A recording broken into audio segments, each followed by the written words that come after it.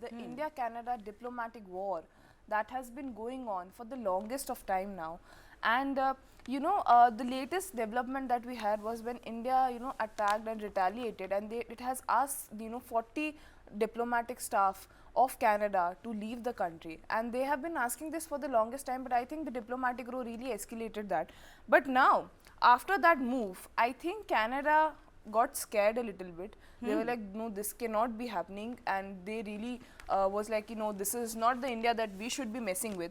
And they have now seeking private talks with India. Talks. Yeah, after it has recalled, first it was credible allegations, and now they want to discuss those credible allegations while having private talks with India. I'm just going to read out what the Times of India is saying about it. They're saying that Canada is likely to recall dozens of diplomats after India asked Ottawa to ensure parity in diplomatic presence in the two countries.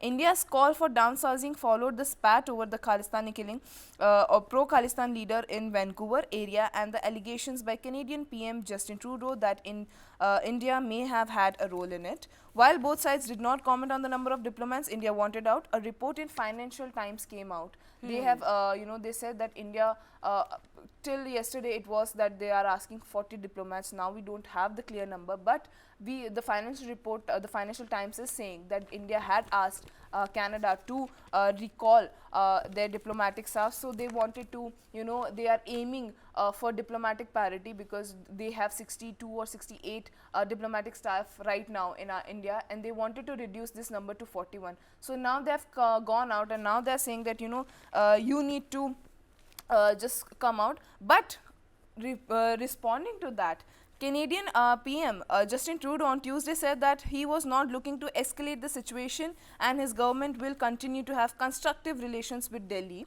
Obviously, we are going through an extremely challenging time with India right now. So now he made those allegations of credible allegation.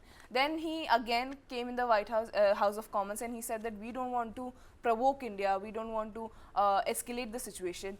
Then India, retaliated again. Then you went out and you were saying, no, we have credible allegations, we are investigating into it. Then the US came in. Then we had this whole new angle that the US intel was helping Canada and all of that. And then, India attacked again. India said that please recall all your diplomatic staff. And now again, you can see Justin Trudeau, he has toned it down. He's saying that, guys, we don't want to, hamper the relations we understand that the gravity of the situation, and we don't want to escalate it any further. How do you see this, Adriga? One thing about the West is that they try to rule and dominate by being a normative power. So they want to set narratives. And Canada has been trying and struggling so hard to set a narrative against India. But I think now India is in such a position that we do not abide by and sit by a narrative that has been created for us by other leaders. Definitely. Right, by other global powers, because India is clearly emerging as one and every other nation can see it. I really want to read what the Indian Express has, the Indian Express really brings to our viewers for this particular development. It is important to note that India has about 20 diplomats in Canada, while Canada has 3 times more than Indian presence, about 60 diplomats. That's what the sources have been saying, right? They said that the principle of reciprocity is being invoked here, and Delhi wants the diplomatic strength to be equal in both the countries.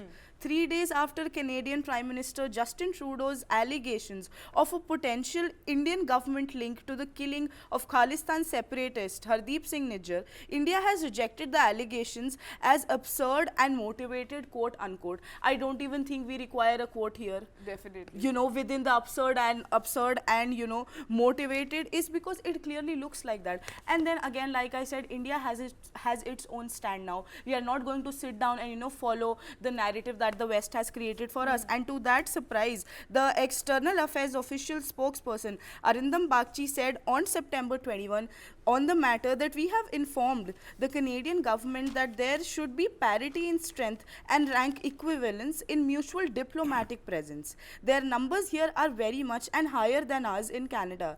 The details of this are being worked out, but I assume there will be reduction. So I think India is already striving for parity. India is already striving for what, India is already striving for parity and equality. You cannot be, whimsically, running around making claims. One time you call India out and say that you've kind of disrupted, you've disrupted the peace in our society, and the order has been disturbed, and then you do not wish to escalate the situation. The situation has already been escalated. Definitely. And I think the global politics is firstly about the narratives, and it is also about the timing. I really think any country which wants to, launch jibes at India right now is not the correct and the substantial time. Definitely. It's because India hosted G20 just now. It was a success. Back to back, we've been coming out at the global front, trying to assert our dominance, which was already there, but now we are claiming it.